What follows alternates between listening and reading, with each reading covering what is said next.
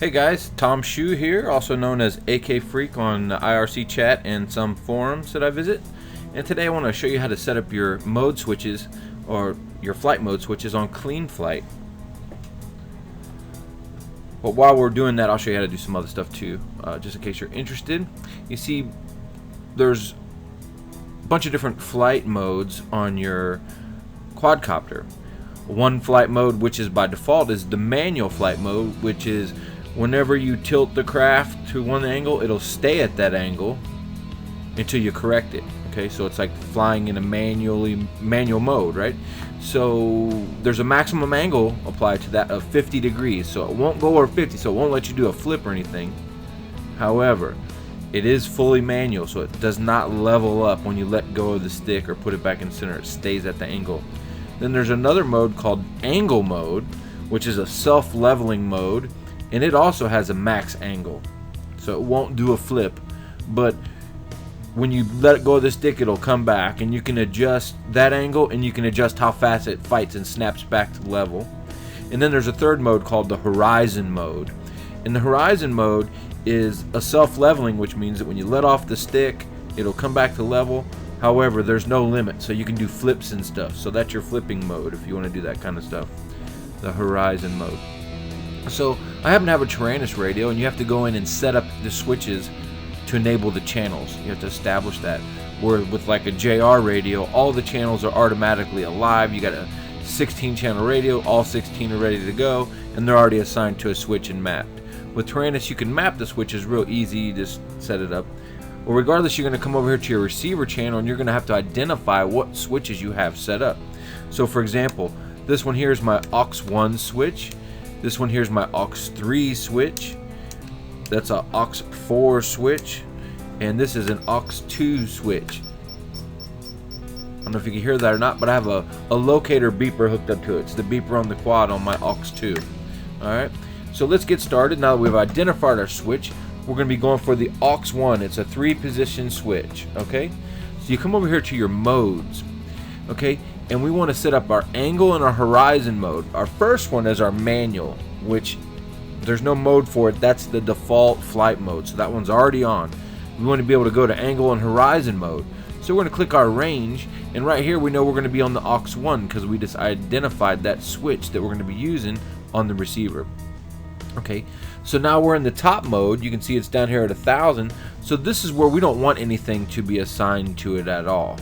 We want this to be off. Do you see this red box? This means it's not engaged.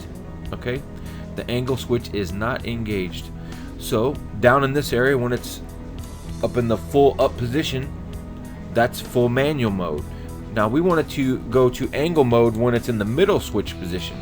You see right here we're at 1500. We can tighten this up a little bit here. So whenever we go to from the top position to the middle position, it's going to arm because it's in the middle here. It doesn't do that till you come to the bottom here and you click save. Now you can see that we're in angle mode. So this would be manual mode. This would be our angle mode.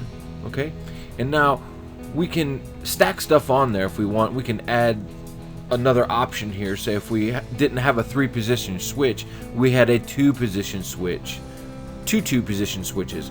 You could make your second switch, which maybe would be the aux2, and you could set it up to where it armed when it was over here at 2000 or something like that, and that would give you your 3rd position, but on a separate switch. So you could stack all kinds of different switch combinations with this add range function.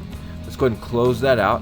And on this same switch is going to be aux1. We're going to click add range, and we're going to be doing on aux1, except we want our horizon to be at the bottom switch, which would be all the way over at 2000 or close to it. So we'll just tighten these bars up around 2000. Okay, and we'll come down here and we'll click save. Okay, now we're in horizon mode. So all the way up is manual mode. In the middle is our angle mode, which is self-leveling with like a 50-degree limit. Manual mode is it stays at that angle with a 50-degree limit, angle mode, and our horizon mode, which is self-leveling with no limit imposed on the angle, so you can do your flips and stuff.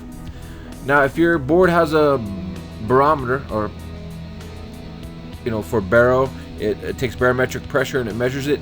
This is what holds your altitude hold. So how high something is off the ground, and it will lock in for you. You can assign that to a switch as well. And we'll just do that real quick while we're here. I'm going to go to my barometer here, and we're going to be using the aux, what was that, 3?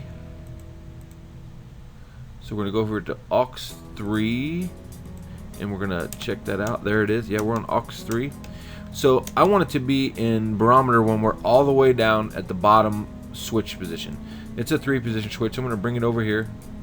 I don't want to accidentally bump that switch down one and be in baro. I want to make sure I put it in there. So I'm going to put it on the bottom of a 3-position switch. So that's baro, and we'll hit save. So now I have baro. So that's my height hold. You can also set a magnetic range where it's going to track on a heading. And head free. I think this is important if you fly line of sight. Okay? And we're going to set our head free mode up on the same switch, but in the middle. This is going to be head free. We're going to hit add range, and we're going to go to aux 3, and it's going to be in the middle position switch. So I'm going to tighten this up a little bit on 1500. Leaves me room if I want to add stuff up, and we're going to hit save. So if I'm on that 2-position switch, I'm going to be in head free, and head free means that I don't have to know what orientation is. Left is left, right is right, forward is forward, and back is back. So as long as I give enough throttle and keep the craft off the ground, I can use my right stick, and I don't need to know what orientation is, and I can bring it back to myself instead of just having to pull the throttle and crash it because I'm afraid it's going to fly away and get away from me because I've lost orientation. I hope this is helpful. This is some pretty good functionality that they've built into Cleanflight. I'm pretty proud of what Dominic has done with this and the rest of the guys on the project. If you guys have any questions, feel free to drop into the IRC chat at #Cleanflight. It's on the free node. And you can also ask questions at the official Cleanflight thread at FPV Lab. Again, I'm AK Freak on those places. And drop by and ask any question you want. And if I don't know the answer, I know some people that do. I want to thank y'all for taking time to stop by. And until next time, we'll see you soon.